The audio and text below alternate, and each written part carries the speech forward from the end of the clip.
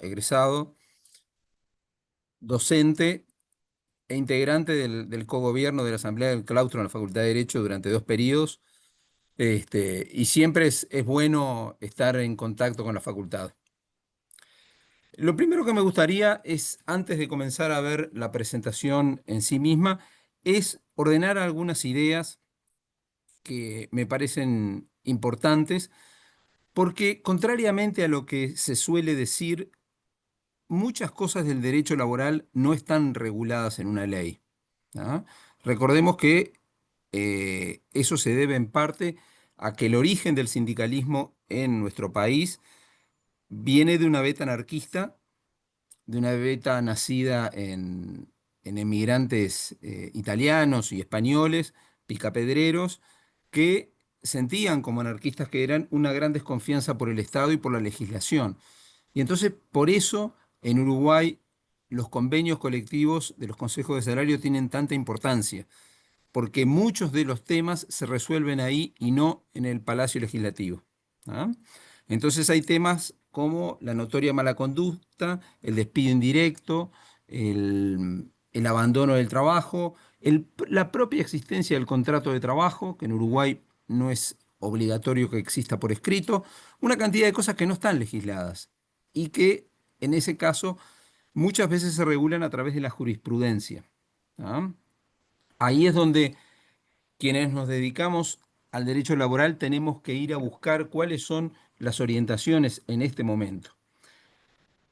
Y eso es realmente un tema de mucha importancia porque en el mundo actual los derechos humanos atraviesan transversalmente distintas disciplinas del derecho. Por ejemplo, el derecho laboral.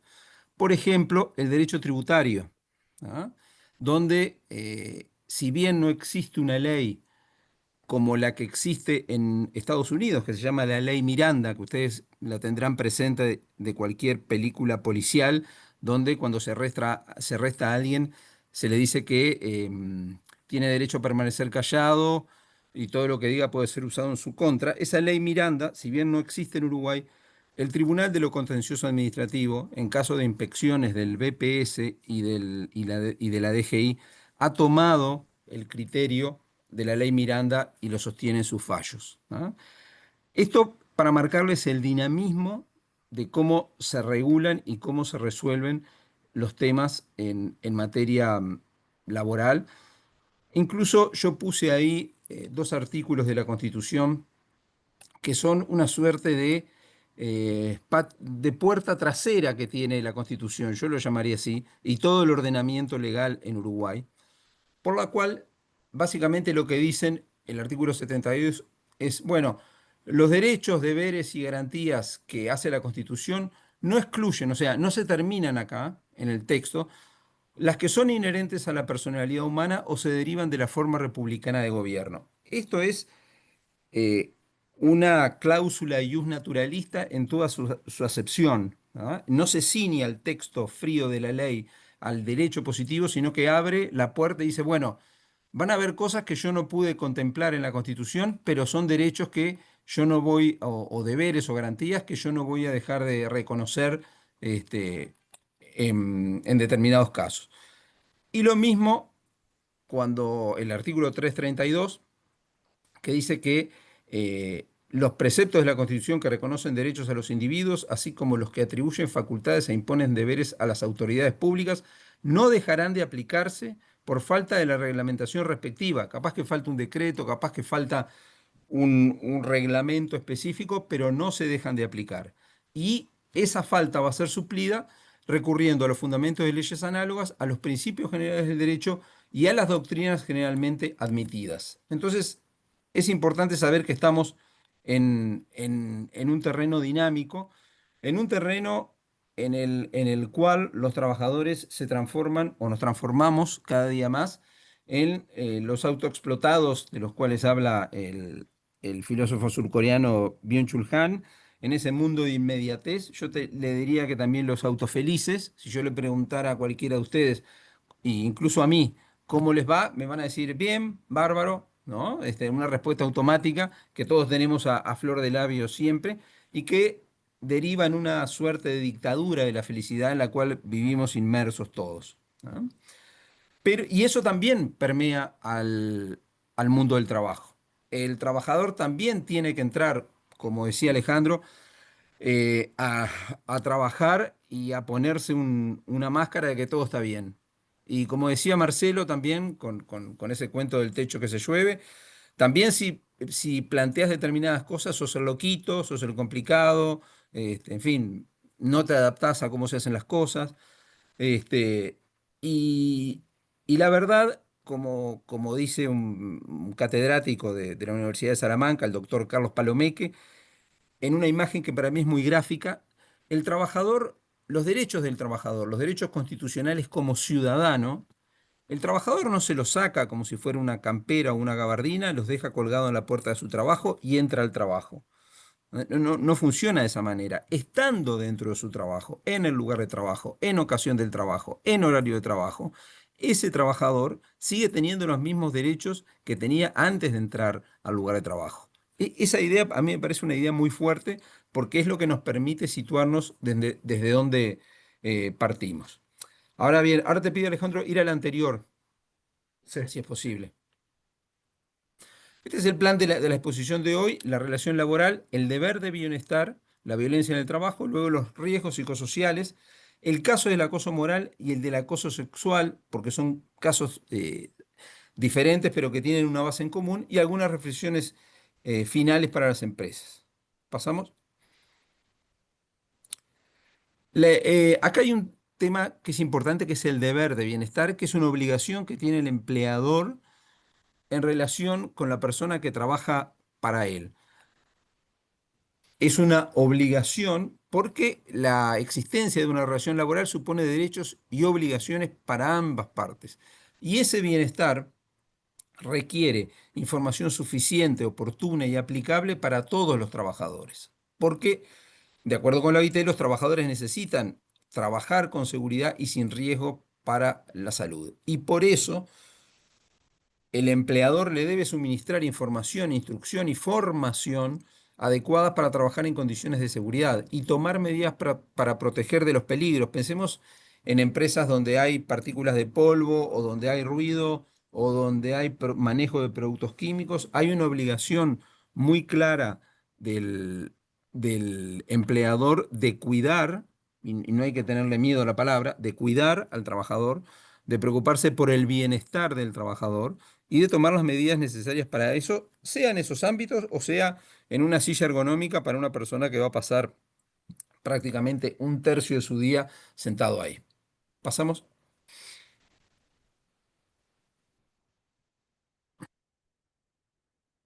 En ese deber de bienestar, el empleador, consultando con los trabajadores y los representantes de los trabajadores, tendrían que establecer las políticas de salud y seguridad en el trabajo como la obligación de todas las partes de colaborar en su difusión y cumplimiento.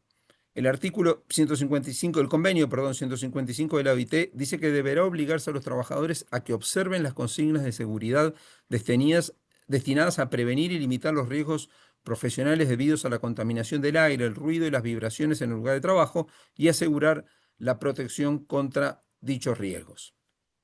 Acá tenemos en que es un derecho, pero también hay obligaciones de parte de los trabajadores de cuidar su salud. Lo dice el artículo 44 de la Constitución, cuando dice todos los habitantes tienen el deber de cuidar su salud, así como el de asistirse en caso de enfermedad. Ese deber del artículo 44 de la Constitución queda de alguna manera disminuido o atemperado por el deber de bienestar que existe en el lugar de trabajo. ¿Qué quiero decir con esto? Que yo no puedo como empleador decirle al trabajador, no, el artículo 44 de la Constitución dice que vos tenés el deber de cuidar tu salud. Así que si no usás los elementos de seguridad o no tomás las precauciones necesarias para los productos químicos, es tu problema y no el mío. No, es exactamente al revés. ¿No? Puede haber, en algunos casos, responsabilidad de los trabajadores, sí, puede haber también responsabilidad de los representantes de los trabajadores, sobre todo en las comisiones bipartitas, pero tiene que quedar muy claro que el deber de bienestar es un deber unidireccional que corresponde al empleador. Pasamos. Existen en relación con este deber de bienestar algunas normas de importancia, como el decreto 291 del 2007. Eh, el hecho de que el costo de las medidas directamente relacionadas con la salud y seguridad en el trabajo no deberán recaer en modo alguno sobre los trabajadores, ¿ah? Que los trabajadores deberán cuidar que los medios de protección personal se conserven en condiciones satisfactorias de uso y buen funcionamiento, siendo de cargo del empleador el mantenimiento, reparación o reposición de dichos elementos, y en caso de uso indebido o extravío, el empleador va a poder exigir al trabajador la reposición de dichos elementos. Pasamos.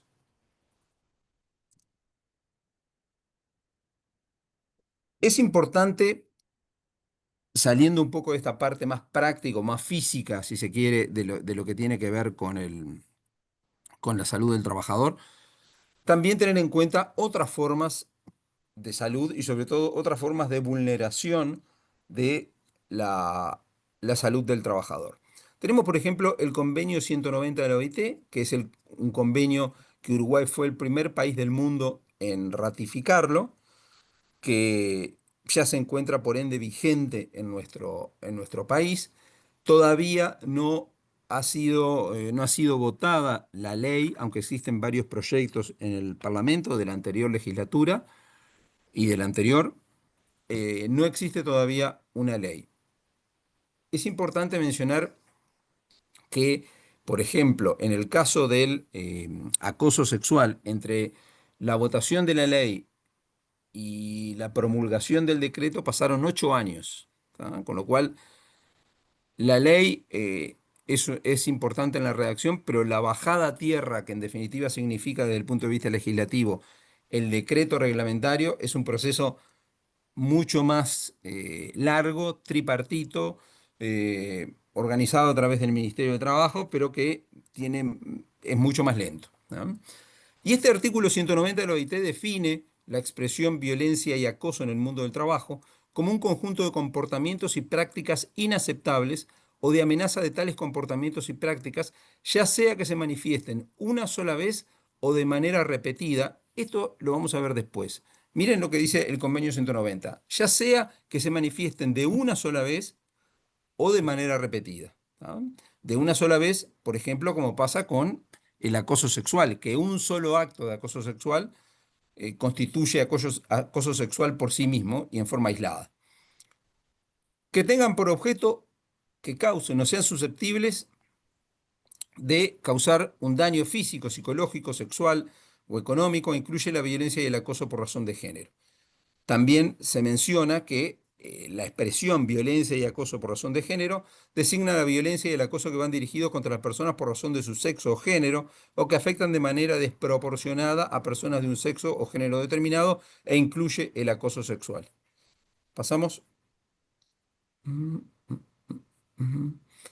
Bueno, acá hay algunas opiniones que son interesantes del Instituto Nacional de Salud y Seguridad en el Trabajo de España, que lo pueden ver después en específico. Pasamos, Alejandro.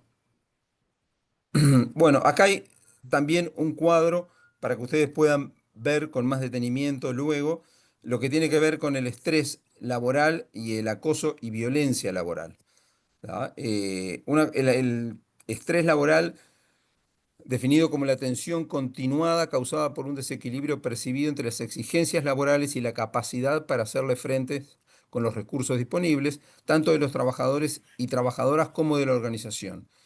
Mientras que el acoso y violencia sexual son las conductas, actitudes y comportamientos que suponen una agresión, abuso, hostigamiento o intimidación física y o psicológica, y comprende los distintos tipos de acoso. Y menciona a la derecha algunos de las modalidades de acoso, ¿no? Que pueden ser físico y fisiológico, la hipertensión, trastornos gastrointestinales.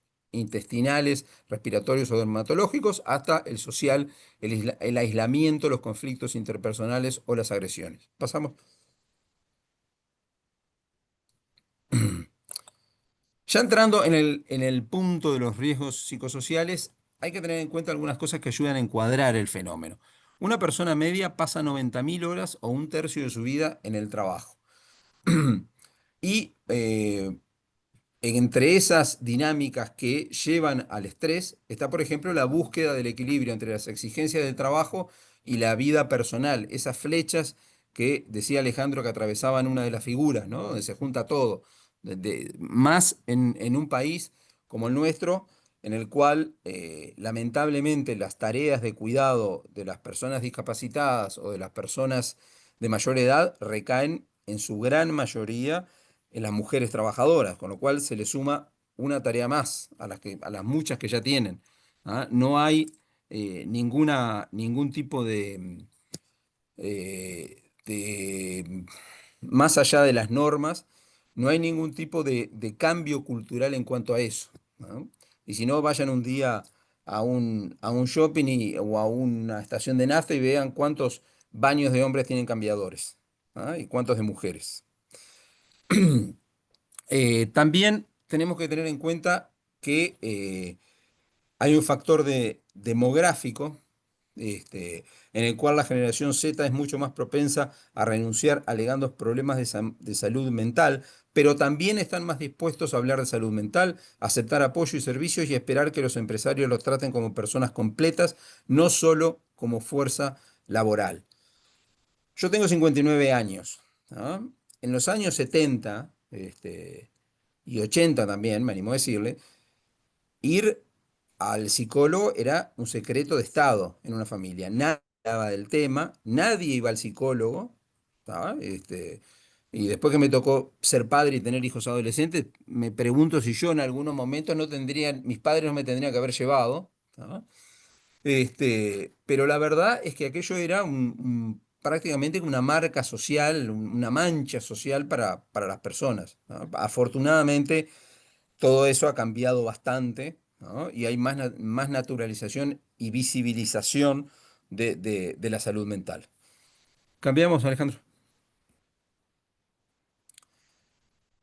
Entrando ya en el acoso sexual y moral, que son formas que tienen que ver con la salud psicosocial, tenemos diferentes documentos, la Declaración Universal de Derechos Humanos, el Pacto Internacional de Derechos Económicos, Sociales y Culturales, la Convención Americana, la Constitución de la OIT y la Declaración de Filadelfia, eh, un repertorio de recomendaciones prácticas de la OIT, la Declaración Sociolaboral del Mercosur, que en el artículo 17 establece el derecho de los trabajadores a un ambiente sano y seguro de trabajo.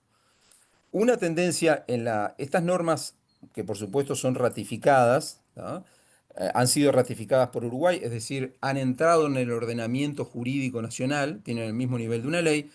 Imaginemos que el día de mañana hay una determinada convención o convenio de la OIT que no ha sido todavía ratificado por Uruguay. Simplemente les dejo el hecho de que muchos tribunales en Uruguay entienden que aun cuando no sea debidamente ratificado, no haya sido ingresada en el derecho eh, uruguayo a través de una ley que lo ratifica, esas convenciones o esos tratados internacionales se le aplican a los trabajadores, ¿ah? Precisamente por esos artículos 72 y 332 que decíamos más temprano. Esa es la puerta por la cual entran al país, a los juicios, sobre todo, o a eventos administrativos, casos administrativos en el Ministerio de Trabajo, esas normas que no han sido ratificadas por Uruguay. ¿Pasamos? En cuanto al acoso sexual laboral específico, ¿tá? Hay una cantidad de tratados internacionales y la propia Constitución defiende en aspectos generales de la dignidad y protege el trabajo, la dignidad del trabajador, está cubierto. Hay una ley, como le decía, del 2009 y un decreto del 2017. ¿Cuál es el objeto de la ley? Prevenir y sancionar el acoso sexual, así como proteger a las víctimas del mismo, en tanto forma grave de discriminación y desconocimiento del respeto a la dignidad de las personas que debe presidir las relaciones laborales y de docencia. ¿Ah? Porque la ley también se aplica a la docencia, nosotros lo vamos a ver desde el lado laboral. Esta ley se aplica tanto en el ámbito público como en el privado y define el acoso sexual como todo comportamiento de naturaleza sexual realizado por una persona de igual o distinto sexo, no deseado por la persona a la que va dirigido y cuyo rechazo le produzca o amenace con producirle un perjuicio en su situación laboral o en su relación docente, o que cree un ambiente de trabajo intimidatorio, hostil o humillante para quien lo recibe. Y acá hay un punto que también tenemos que anotar ahí al margen. La sensibilidad en el acoso sexual está marcada por la víctima, por el acosado, no por el acosador.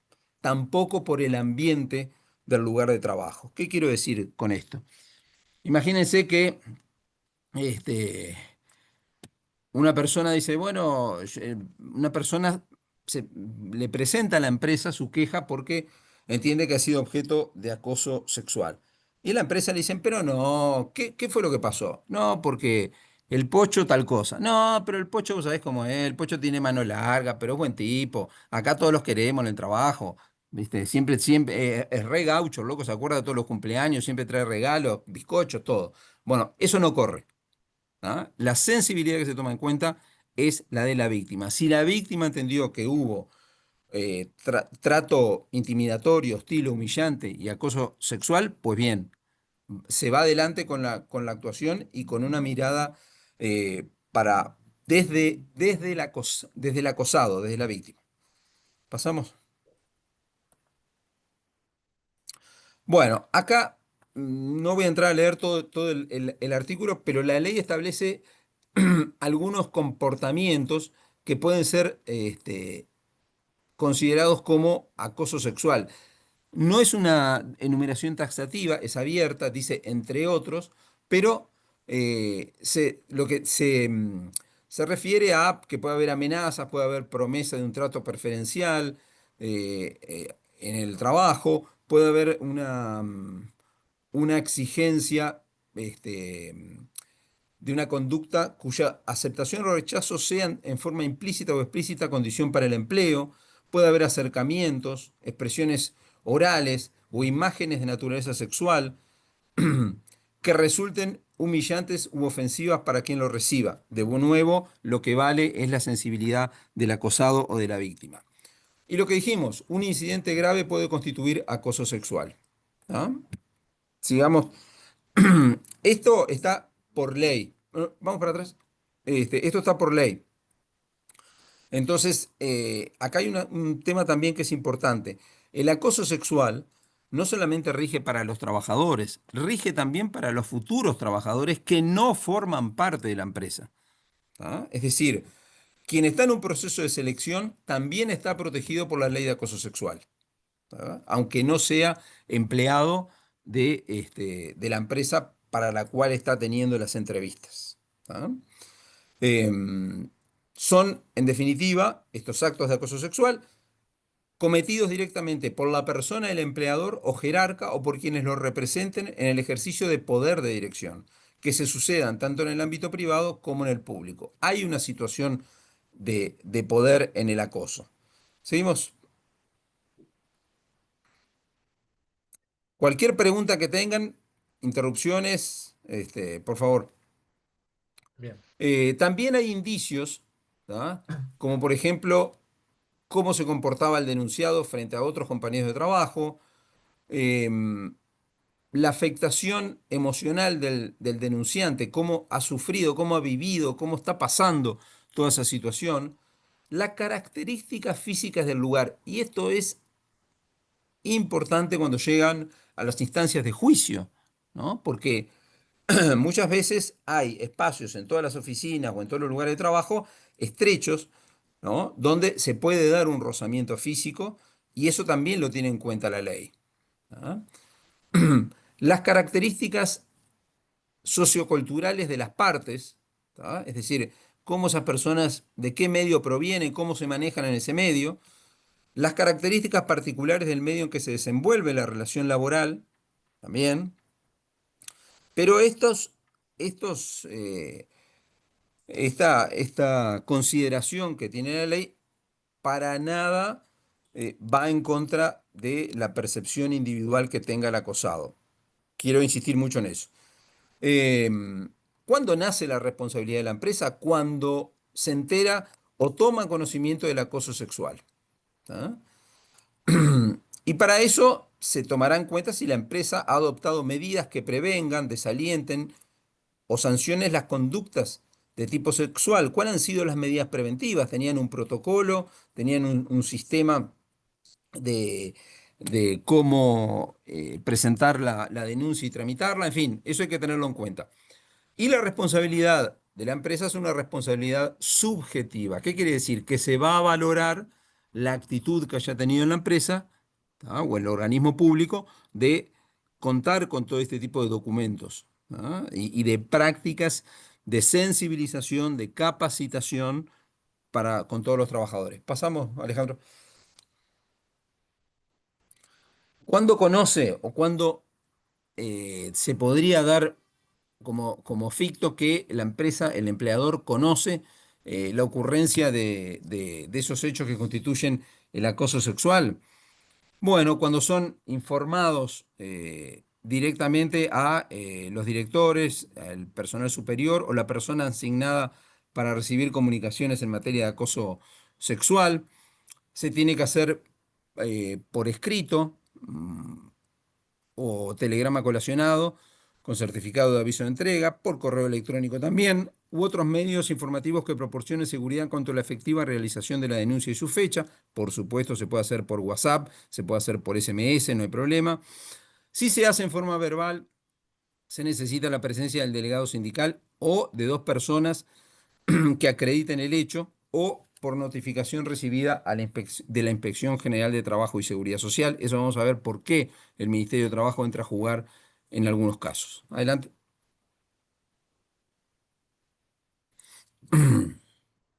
Bueno, eh, básicamente en el tercer párrafo de esta placa, lo que vemos es la obligación de proteger la intimidad de las personas denunciantes o víctimas, que también va a tener que adoptar medidas que prevengan, desalienten y sancionen las conductas de acoso sexual. Ahí viene lo de capacitación, sensibilización, existencia de protocolos, códigos de conducta, todo eso va a sumar, ¿no? Y va a favorecer el clima laboral. También medidas que protejan la integridad psicofísica del o de la víctima. Lo primero que está en la tapa del libro, separarlos en su lugar de trabajo. Si no se los puede separar en su lugar de trabajo, por lo menos cambiarlos de turno, pero hay que, en forma preliminar y, más, y sin importar qué diga después la investigación, hay que separarlos y no pueden estar. ¿Tá? Eh, la comunicación y la difusión, como dijimos, de la existencia de una política institucional consecuente contra el acoso sexual. Entonces, hay una tarea preventiva en los lugares de trabajo. Y si esa tarea preventiva no se cumple, pues habrá que exigirla, ¿ah? Precisamente porque nosotros venimos de una cultura en la cual lamentablemente la vara para definir qué es el acoso sexual y qué es la picardía masculina está demasiado alta. Entonces hay muchas cosas que en el día a día son permitidas. Yo como abogado, este, me ha pasado que cuando vienen temas trabajadoras, cuando surge un reclamo laboral, después empiezan a surgir situaciones de acoso sexual que son tremendas. Y claro, es muy difícil denunciar y mantener el trabajo, ¿no? Entonces, hay una situación de aprovechamiento ahí, lamentable. Adelante. Mm, ¿Qué pueden ser esos documentos? Los protocolos internos, y dice cuál son el contenido. Estos protocolos internos tienen que establecer un derecho al debido proceso. ¿Ah? Eh, y por eso tiene que darse los derechos al al trabajador de expresarse y también al denunciado, por supuesto. ¿No? Este, garantizando la reserva de las actuaciones.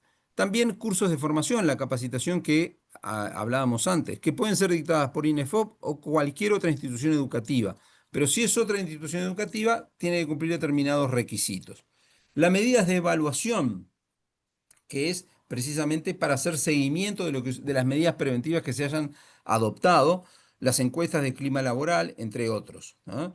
En las empresas multinacionales que existen en Uruguay, todo este tipo de políticas viene dado por las casas matrices y muchas veces sucede que son necesarias para certificaciones que deben obtenerse a nivel internacional. Entonces, bueno, hay trabajo infantil, cómo se tratan a las trabajadoras, hay acoso sexual o hay discriminación sexual o discriminación política o discriminación sindical.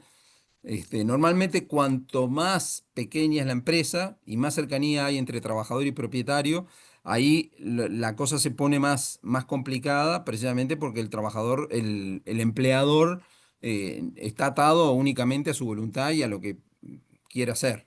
Pasamos. Bien. Bueno, protocolos internos, ¿tá? Lo que decíamos recién. Pasamos, Alejandro, nomás. Medidas de protección integral, también esto son algunas de las cosas que ya mencionamos, el traslado del lugar de trabajo o otras medidas precautorias, el CAMP para que no tengan contacto el acusado y el acusador. Seguimos. Acá es un tema que es interesante, que es cómo se hace la denuncia. Yo tengo dos posibilidades como trabajador. O hago la denuncia en en la empresa o hago la denuncia en el Ministerio de Trabajo. ¿Ah? Pero básicamente lo que tengo que tener muy en claro es que la, si lo hago en la empresa tiene un periodo, un plazo de 5 días hábiles para definir si es capaz de llevar adelante la investigación o no.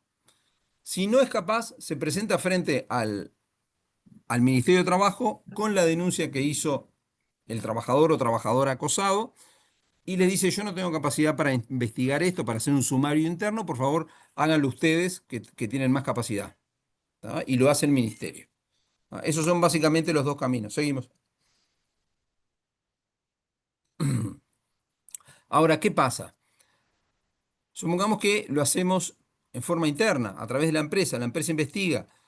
En ese caso, si la conclusión de esa investigación no es considerada lesiva de los derechos fundamentales del, de la víctima, o sea, la víctima entiende que vulnera sus derechos fundamentales, tiene un plazo de 10 días hábiles para ir al Ministerio de Trabajo y pedir que se inicie una nueva investigación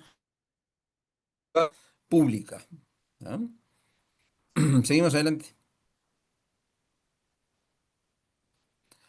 Acá vamos a ver también que el Ministerio de Trabajo va a tener amplias facultades de investigación sobre los hechos, se van a poder presentar testigos, cada parte no va a poder presentar más de 5 testigos, las personas van a ser interrogadas en forma reservada, sin que esté presente este, la persona denunciada ni los denunciantes y no se van a identificar en el expediente los datos de quienes sean esos testigos que van a declarar.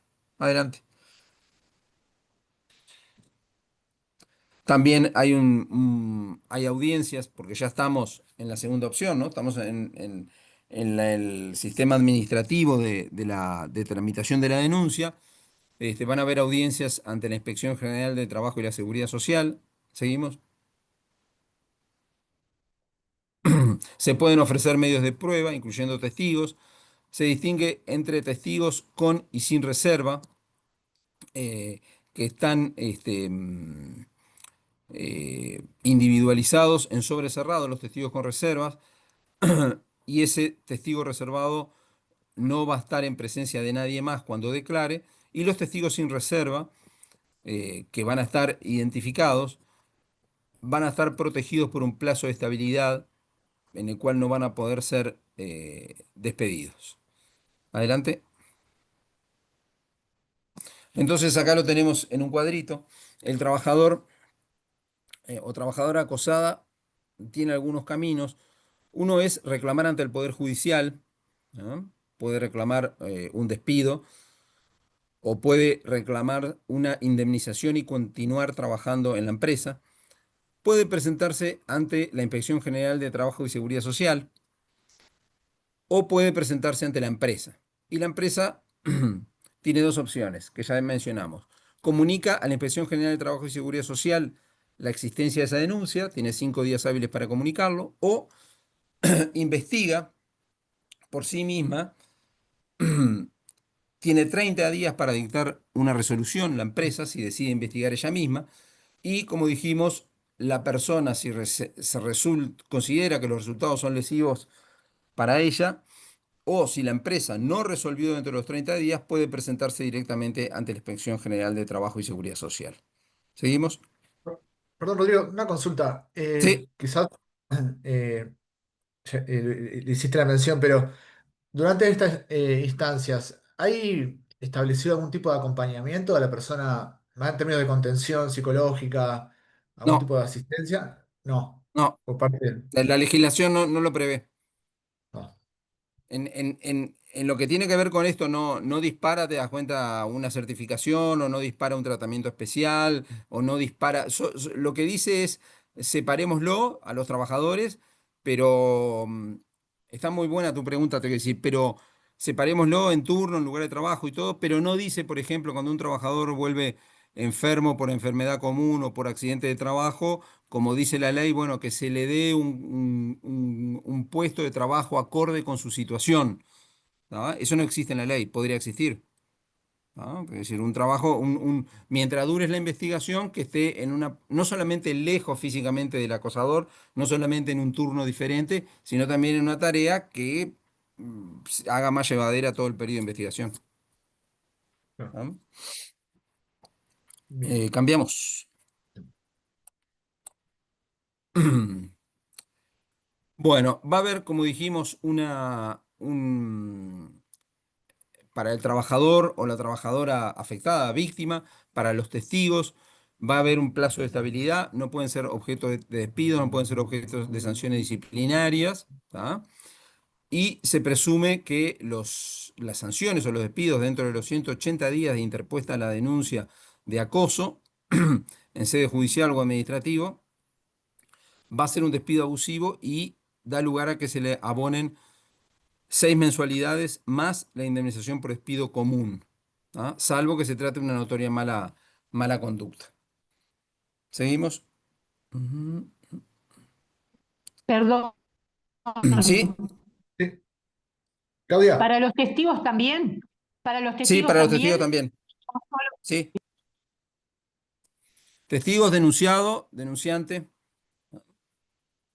Eh, bueno, acá habla, la ley también se refiere, perdón, a lo que tenga que ver con este, la actuación de la parte sindical y también establece que ese trabajador víctima va a poder reclamar al responsable una indemnización por daño moral mínima equivalente a 6 mensualidades de acuerdo con la última remuneración del trabajador. Entonces tiene dos caminos. Se considera despedido indirectamente, cobra las 6 mensualidades más la indemnización por despido común, o se presenta, sigue trabajando en la empresa, pero pide una indemnización por daño moral mínima de 6 mensualidades, ¿ah? De acuerdo con la última remuneración. Bueno, seguimos. Las empresas tercerizadas, bueno, el empleador, la empresa principal va a ser responsable del cumplimiento de lo que establece esta ley, este decreto, y tiene la empresa principal que contrata una tercerizada, tiene el deber de colaboración con la empresa tercerizada en lo que respecta a las obligaciones de prevención y difusión de la política institucional contra el acoso sexual, así como la adopción de medidas destinadas a la protección integral del afectado. ¿Qué quiere decir esto? Que las empresas deberían, cuando contratan una tercerizada, una empresa de limpieza, de seguridad, tendrían que en el contrato como anexo poner los protocolos de acoso sexual o de acoso laboral para que la empresa conozca y se maneje precisamente con ese mismo rango de políticas, ¿no? Porque tiene un deber de colaboración la empresa principal respecto a la tercerizada. Corremos algunos casos que son interesantes. Por ejemplo, una sentencia del 2022, la empleadora solo responde en caso de que se le hubiera comunicado la situación de acoso y no hubiera adoptado ninguna medida de protección contra la presunta víctima, y no por los hechos que sucedieron antes de que se la pusiera en conocimiento de los mismos. Es decir, la puesta en conocimiento, el momento en el que la empresa toma conocimiento de la denuncia o de la situación de acoso sexual, es el momento en el que nacen las obligaciones para la empresa. ¿Ah? Por los hechos que acontecieron antes de esa denuncia, no va a ser responsable. ¿Ah? Solo a partir de que conoce. Adelante. Otra sentencia del 2010. El acosador le hacía propuestas indecentes, la abrazaba, le tocaba las manos, la perjudicaba laboralmente ante su resistencia, le exigía que vistiera minifalda o prendas provocativas. En el caso de otra persona, condicionó una gestión financiera, porque era una cooperativa financiera, una cooperativa policial, a que saliera con ella. Además, el agresor tenía una posición jerárquica, era gerente de la cooperativa policial, especialmente teniendo en cuenta el medio en el que se situaba, porque la organización policial tiene obviamente una estructura jerárquica y se daba una doble situación o una doble presión sobre la trabajadora: la de trabajar en la cooperativa, el lazo laboral, y por otro lado la jerarquía policial. Adelante. En este caso, una sentencia del 2012, jerarca de gastronomía que acosa a una de sus subordinadas en dos oportunidades cuando le tomó la cara aproximándosele como para besarla, pero sin concretarlo. Además, la miraba fijamente hasta intimidarla, conducta que repetía a pesar de haberle expresado su rechazo en más de una ocasión. Había comenzado a invitarla a salir a pesar de que ella había dicho que no le interesaba. Relató además que con tal propósito la llamó a su domicilio, al domicilio de la trabajadora. El acosador la llamó a la trabajadora a su domicilio, creándole una situación incómoda que le llevó a mentirle a su marido. Le hacía las invitaciones en privado y sin ninguna otra persona delante, y que si bien nunca le había faltado el respeto, la indisponían, no habiendo llegado a denunciarlo para no pasar por un mal momento. El empleador realizó una investigación propia y despidió al acosador por notoria mala conducta, lo que fue confirmado por la sentencia judicial. El próximo. Esto es un clásico del acoso sexual. Las fiestas de fin de año, las fiestas de aniversario, y en este caso una fiesta en el exterior, en la ciudad de Las Vegas. ¿Ah? Em, Era un jerarca. ¿Ah? Se presenta en una reunión de camaradería en la ciudad de Las Vegas, visiblemente alcoholizado e insistiendo con sus insinuaciones de corte sexual a dos empleadas de la empresa que se desempeñaban en otros países, no en Uruguay. ¿Ah? Invitándolas a pasar la noche en su habitación, al punto que éstas tuvieron, para salir de la molesta situación, que recurrir al apoyo de otros compañeros y hasta que retirarse de la reunión. ¿No? La próxima.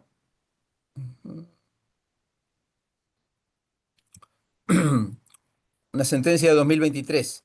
El acosador, que era el encargado, invitaba a salir en forma persistente a las mucamas jóvenes que dependían jerárquicamente de él. Si bien en las palabras empleadas por el acosador no había contenido sexual explícito, era obvio que la insistencia de la invitación tenía una connotación implícita de acoso sexual, considerando especialmente su situación jerárquica con respecto a las acosadas. Siempre es un agravante la situación jerárquica. Adelante. En este caso, es el traslado de un grupo de empleados en un vehículo de la empresa. y a bordo de ese vehículo habría tenido lugar el episodio de acoso sexual por parte de un empleado.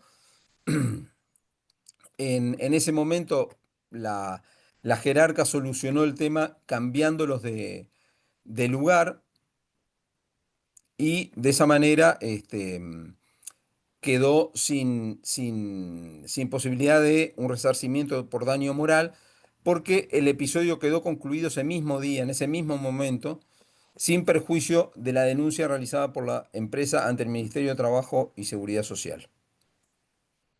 La importancia de hacer esos cambios de lugar y en forma inmediata. Adelante. Ahora vamos a hablar de acoso moral laboral, ¿no? Acá hay dos definiciones, una del profesor español Antonio Bailós y otro del profesor uruguayo Hermida Uriarte, ¿ah? En los cuales se recogen de una manera muy clara hacia dónde debemos orientarnos en materia de acoso moral laboral. La próxima. Algunos ejemplos, bueno, limitar la comunicación, no se le da información que debería dársele, se limita el contacto social, algunos ejemplos de acoso laboral, se desprestigia a la persona ante sus compañeros por medios de bromas desagradables sobre su persona, se le desprestigia o desacredita su capacidad profesional y laboral, no se valora el trabajo que realiza o no se le encarga trabajo, se compromete su salud, bien sea por amenazas físicas más o menos violentas o destrozando su pertenencia. Adelante. Acá hay un tema que es interesante. Esta es una psicóloga que es la más citada en las sentencias uruguayas, que define el acoso laboral como toda conducta abusiva, gesto, palabra, comportamiento, actitud, que atenta por su repetición o su sistematización. Y acá vemos una diferencia porque el convenio 190 de la OIT decía que un solo acto bastaba para constituir acoso laboral. Y acá las sentencias en Uruguay lo que están diciendo muchas veces es que se precisa un proceso, una repetición, una secuencia, ¿ah? Para que lo tengan en cuenta. Cualquiera sea la definición final, el acoso moral es una violencia en pequeñas dosis que no se advierte y que sin embargo es muy destructiva. ¿Y cuánto Perdón, tiempo? Rodrigo, Sí, hay una pregunta, una estudiante. sí. Daniela, Hola, buenas tardes.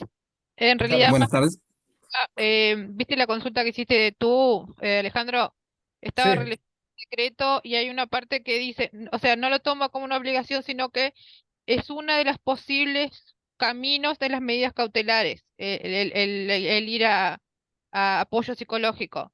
Porque en realidad todo lo que se está hablando es que debe hacer que cada empresa o cada institución tiene que hacer un protocolo.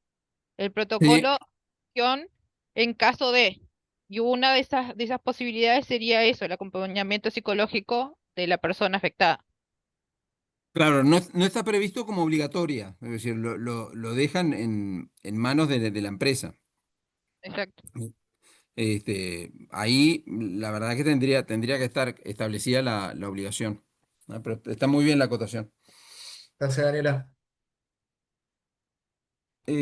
Ahí tenemos el tema de por cuánto tiempo el acoso laboral. Bueno, esta psiquiatra francesa dice, si bien el acoso moral se caracteriza por la repetición, no comparte el plazo mínimo de 6 meses, dado que hay agresiones humillantes que pueden dañar gravemente al trabajador en menos de 6 meses. 6 meses es una, un lapso que han puesto algunos de los estudiosos en esta materia desde el punto de vista de la psiquiatría o del psicoanálisis, ¿ah? Pero vemos que no hay acuerdo en relación a cuánto tiempo tiene que durar el acoso y ni siquiera hay acuerdo de si tiene que ser varios acosos o uno solo basta, que es lo que dice el convenio 190, ¿no? Adelante.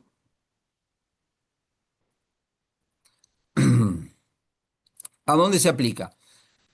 A la violencia y el acoso en el mundo del trabajo que ocurren durante el trabajo, en relación con el trabajo o como resultado del mismo. Quiere decir que si hay acoso moral entre dos personas que manejan un camión distribuyendo Coca-Cola por distintas partes de la ciudad, también puede existir, aunque no sea en el lugar de trabajo, porque es en ocasión o en relación con el trabajo. En el lugar de trabajo, inclusive en los espacios públicos y privados, cuando son un lugar de trabajo. ¿Qué quiere decir? Los muchachos de Tacurú, por ejemplo, que limpian, que hacen el barrido, ¿tá? Están en un espacio público, pero es su lugar de trabajo, porque tienen que estar tienen que barrer la vereda o la plaza, así que eso no altera. También los lugares donde se paga el trabajador, donde éste toma su descanso o donde coma o donde come, y en los que utiliza instalaciones sanitarias de aseo y en los vestuarios. Todos esos lugares, en todos esos lugares puede existir acoso moral. Es decir, en el comedor de la empresa o donde el trabajador vaya a comer, ¿ah? O donde vaya a descansar, también puede suceder. Adelante. En los desplazamientos, viajes, eventos o actividades sociales o de formación relacionadas con el trabajo. Estoy en Paysandú y tengo que ir a Tacuarembó a visitar otra sucursal. Bueno, puede pasar ahí el acoso moral, también el sexual. ¿Ah? En el marco de las comunicaciones que estén relacionadas con el trabajo, incluidas las realizadas por medio de tecnología de información y de la comunicación. Acá entra todo, WhatsApp, SMS, mail, todo ese tipo de cosas. En el alojamiento proporcionado por el empleador, puede ser que el trabajador haya convenido que vive en una casa cuyo alquiler paga el empleador. Y en los trayectos entre el domicilio y el lugar de trabajo.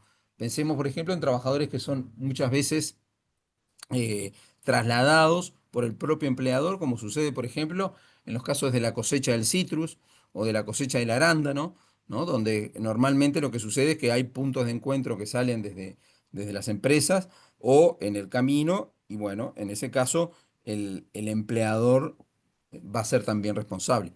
Adelante. Bueno, hasta que Uruguay. Obligaciones y procedimientos. Bárbaro. Mañana hay una denuncia por acoso moral. ¿Cómo la manejamos? ¿Cuál sería la forma de manejarla? Hasta que Uruguay no cuente con una ley específica en materia de acoso moral laboral y su respectivo decreto reglamentario, lo más recomendable, lo que yo personalmente recomiendo, es aplicar por analogía lo dispuesto por la legislación vigente para el caso de acoso sexual. La ley 18.561 y el decreto 256 del 2017. Exacto, exacto, exacto. ¿Ah? Existen varios fallos judiciales que respaldan este criterio, o sea, van a estar por el camino correcto. Nos remitimos a todo lo expresado anteriormente en cuanto a obligaciones, prevención, combate, medidas cautelares, sanciones, etcétera, y a procedimientos, investigación en la empresa o en la Inspección General de Trabajo y Seguridad Social.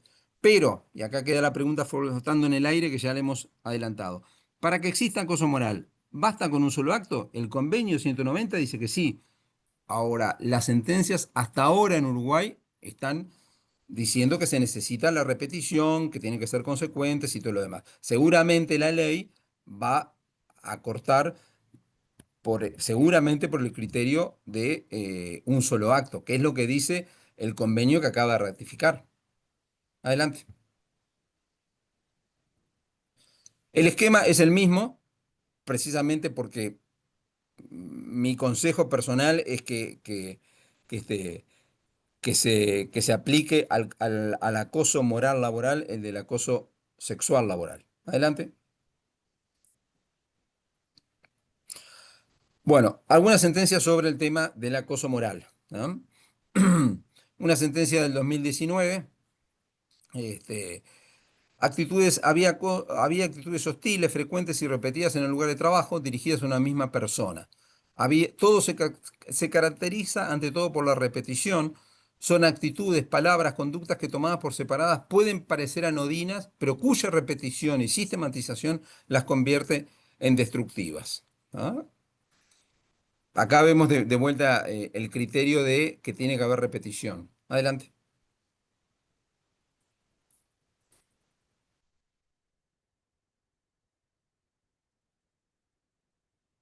La empresa no enderezó su conducta a efecto de tomar medidas verdaderamente efectivas, no hizo nada desde el punto de vista cautelar, para asegurar que el actor se reintegrara sin relacionarse con la jefa. Se ha infringido entonces una obligación de prevenir los daños y por lo tanto hay incumplimiento grave del empleador, ¿no? La existencia de protocolos de actuación claros y sencillos y conocidos previamente por los trabajadores resultan de vital importancia los efectos de la efectiva protección de los derechos humanos eventualmente vulnerados, extremo este que no se cumple por el empleador. Obviamente hay que darle a cada trabajador una copia de los protocolos y de los documentos. Todos tienen que ser capacitados también. Adelante. Caso 2, una sentencia del 2019. Se rechazó la demanda de una trabajadora que según ella fue sometida a destrato y menosprecio que le causó angustia, depresión y fue motivo de su renuncia. ¿Por qué? Porque se trató de situaciones puntuales, seguramente desagradables para el accionante, pero puntuales. Miren la dicotomía de criterio, ¿no? Acá está dejando de lado todavía en abril del 2019 Uruguay no había ratificado todavía el convenio 190, pero lo está dejando de lado y aplica el criterio de la repetición. Pero puntuales, dice, y en el marco de problemas de relacionamiento detectados por el área de salud ocupacional del Hospital Vilar de Bo, y en el marco de una actividad que debe desarrollarse sin contar con los recursos humanos necesarios. Acá, esto es especialmente interesante porque el ámbito de la salud es un ámbito donde el tema de la salud mental y los riesgos psicosociales son tremendos, tremendos, realmente muy preocupantes. Y es importante que una sentencia reconozca que es un lugar de trabajo muy complicado. Adelante.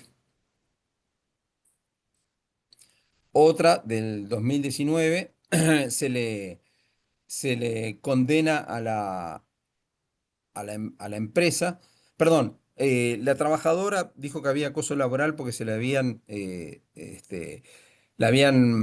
retirado tareas progresivamente, había sufrido maltrato y discriminación, todo eso lo había culpándola por pérdidas de la empresa por mal desempeño en la actualización de los precios, es decir, actualizó mal los precios, se vendieron esos productos y le causó un daño a la empresa, ¿no?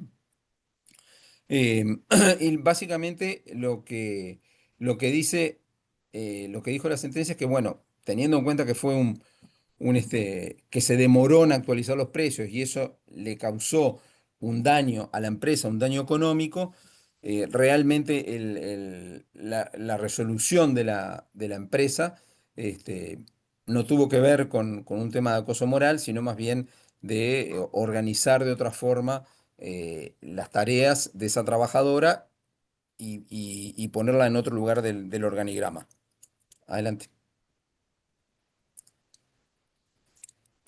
Esto es la misma sentencia donde habla de los atrasos y de por qué no había persecución o violencia laboral, sino simplemente reestructura de la empresa ante la demora en actualizar precios. Adelante.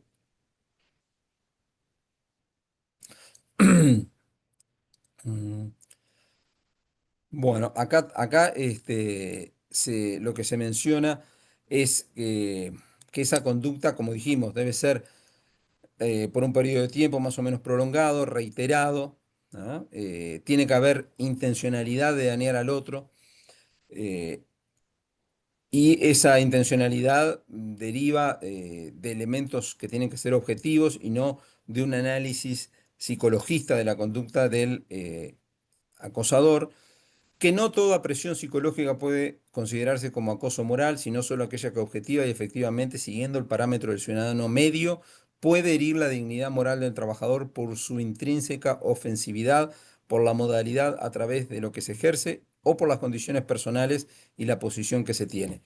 Acá, pensando como abogado en juicios, son importantes muchas veces no solo los testigos, que los jueces en materia laboral le dan una gran importancia a la hora de la prueba, sino también peritajes, historias médicas. Si un trabajador nunca tuvo consultas en su mutualista y de un día para el otro empieza a consultar, ¿no? Y hay una situación que tenga relación con el trabajo, pues bien, todo eso va a servir, e incluso la designación de peritos, ¿ah? Que hay que abonarlos, en un juicio quien pide el perito lo tiene que abonar, pero también es una cosa interesante para un reclamo judicial. Adelante. Perdón, Rodrigo, hay una Sí, consulta de una estudiante. sí, Evelyn, Sí, buenas noches. La ¿qué sentencia tal? 477 es la sentencia de mi juicio laboral contra la empresa Nelsimar. ¿Perdón? La sentencia 477 es la sentencia Sí. de un juicio laboral que yo le hice a la empresa en el CIMAC, que lo ¿Ah, sí? perdí porque alegaron creerle al que era el gerente de ellos, ¿no? Que Ujú. sabía del acoso y que dijo que él desconocía todo, y bueno, tenía una abogada que era muy nueva y el abogado de ellos tenía muchísima experiencia, y también alegaron que como yo era esposa de policía tendría que haber sabido que se tendría que haber denunciado. Y yo no hice la denuncia porque no quería perder el trabajo y lo que sea, Claro. y ellos alegaron eso, que yo tendría que haber sabido que tenía que denunciar. Y por Una eso se la locura, dieron. ¿no? Qué locura. Sí, sí, porque justo llego, pero esa sentencia es mi sentencia. Bueno, Sí, fue todo muchas gracias como, por comentarlo. fue todo como muy complicado y tal. Y yo no tenía una abogada, no tenía los recursos para pagar una buena abogada. Era una abogada que recién se había recibido, amiga de una amiga, y bueno, está. Claro, Y yo tenía un claro, abogado claro, muy, muy poderoso, vamos a decir. claro. Bueno, está bien. Muchas gracias. Sí. Seguimos, Alejandro. Otra sentencia, si bien una sentencia de primera instancia acogió algunos rubros laborales, rechazó la indemnización por despido común, abusivo y daño moral que habíamos dicho que podían pedir quienes fueran víctimas de acoso sexual. Y mencionó que no posee incidencia alguna la inexistencia al tiempo de los hechos de norma legal que delimitara el concepto de estableciera las consecuencias del acoso laboral. Ello por cuanto estando en juego derechos humanos laborales, dignidad, higiene, moral y libertad, integrados al bloque de constitucionalidad de los derechos humanos laborales, el mandato del artículo 332 de la Constitución, que ya lo vimos, impone la concreción de conductas positivas de todos los operadores. Es decir, acá no se encontraron normas específicas porque esto es antes de la ratificación, pero lo que dice el tribunal es, bueno, mirá, no tengo el convenio, que no se aprobó todavía, que Uruguay no lo ratificó, pero lo que tengo a mano son, como dijimos, esta puerta en el fondo del jardín, que es el 72 y el 332, y voy a arrancar por ahí para proteger al trabajador, que fue lo que pasó, a la víctima. Adelante.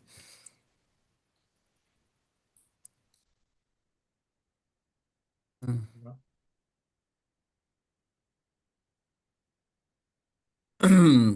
Acá habla de las obligaciones, ¿ah? Em, También de lo que tiene que ver obligaciones de contenido inmaterial atípicas del contrato de trabajo, que no tienen su fuente en el contrato de trabajo, sino en esos derechos humanos laborales que ya mencionamos, ¿no? Con lo cual, no solamente hay que apretarse con la ley, ¿no? En este caso, en la ley que algún día se votará de acoso moral laboral, sino que ir a esos artículos 332 y 332 para poder lograr éxito en reclamos. Adelante. Sobre la prueba mediante indicios, que habíamos mencionado que la ley 18.561 establece algunos indicios, deja en claro esta sentencia que por sí solos no probarían nada, pero que entrelazados, con un razonamiento cotejado con las reglas de la experiencia común, pueden arrojar luz sobre los hechos que estuvieran en duda. ¿Ah? Esto sobre la importancia de los indicios. Adelante. Los actos ilustrativos del supuesto acoso, eh, por ejemplo, si llegaba 5 minutos tarde le hacía perder el presentismo, si estaba lavando ropa y había que atender a alguna anciana, esto es un residencial, le hacía interrumpir a pesar de que su hija, también empleada, no estuviera haciendo nada en ese momento. En verano se le prohibía guardar los alimentos y agua en la heladera cuando ello era permitido a otras empleadas. Le ponía dificultades para cambiar el horario de trabajo, por ejemplo, por una consulta médica. Agregó que planteó la situación a la comisión directiva de la institución que dirigía el hogar, pero no obtuvo respuesta adecuada y conciliadora. Adelante. También acá en lo relativo a la valoración de la prueba, también hay que tener en cuenta de cómo debe ser valorada la prueba en este caso. Adelante. Otra sentencia también, rechazando la demanda de la trabajadora. En este caso, un gerente general que era una persona autoritaria, soberbia y que tenía cierto destrato al no enviarles, a no valorarles a los empleados nunca su labor, hacer comentarios fuera de lugar y no permitirles siquiera que expresaran su punto de vista. Pero eso, dijo primera y segunda instancia, no equivale al acoso, no equivale a un mobbing, pues no habría un maltrato sistemático y permanente ni insulto o desprecio de género o de raza. No se probó la reiteración de los actos de destrato, humillación y discriminación personal del nuevo gerente sobre la persona del trabajador. Por el contrario, se trató de una lamentable conducta del jerarca asumida con todos los funcionarios en general, no solamente con él, una conducta de soberbia y autoritarismo que está lejos de encuadrar en la figura del acoso laboral que se denunció. Adelante. Otra sentencia donde dejan claro que el concepto de acoso laboral, bueno, va a tener que ser determinado por el juez. El trabajador dirá que existe, la empresa que no existe, pero quien va a decidir en definitiva va a ser el juez. ¿Ah? Adelante. En este caso también es un caso en el cual se le efectúa una auditoría al departamento del trabajador y el trabajador reacciona este, diciendo que se le estaba acosando laboralmente, sobre todo porque la auditoría empieza estando él de viaje, de vacaciones, pero la sentencia niega que hacerle una auditoría, incluso cuando está de vacaciones, sea mobbing o un motivo para considerarse indirectamente despedido o que sea de acoso laboral. Adelante. En este caso, bueno, hay un maltrato donde se trata a la trabajadora de sucia delante de los compañeros en una conversación y se trata en definitiva de un episodio que habría culminado, y si bien merece el calificativo de una situación desagradable, la misma carece de trascendencia, dijo la sentencia. Así, no surge ningún elemento probatorio que haga presumir que la lamentada situación se haya reiterado o alguna similar haya acontecido, ni que lo ocurrido tenga objetivamente la importancia y magnitud que le atribuye la trabajadora casi 2 años después de haber sucedido. Acá, el que calla otorga. Si el trabajador no denuncia o demora en denunciar, esta sentencia, por ejemplo, lo valora como algo en contra. ¿Por qué no denunciaste antes? ¿Por qué dejaste pasar tanto tiempo? Pero eso es fácilmente destruible en un juicio porque el trabajador que está en un estado de subordinación muchas veces se ve acotado al riesgo de perder el trabajo y por eso no denuncia. Próximo.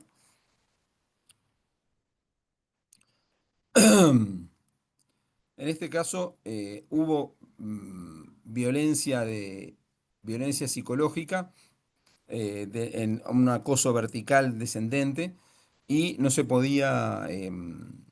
podía la trabajadora actuar para protegerse. Hubo maltrato, destrato, humillación, discriminación de género, etcétera. Adelante. Hubo desvalorización personal, la propia certificación prolongada genera en el individuo adulto la pérdida del rol laboral, fundamental para la estructuración de un psiquismo sano, ¿ah? Y esa trabajadora que fue, fue objeto de acoso moral presenta elementos de trastorno postraumático aún activos. Adelante. Bueno, acá una destacada, en una sentencia del 2023, una destacada profesora de la Facultad de Derecho de la UDELAR deja en claro que el estrés no es necesariamente no significa necesariamente acoso moral.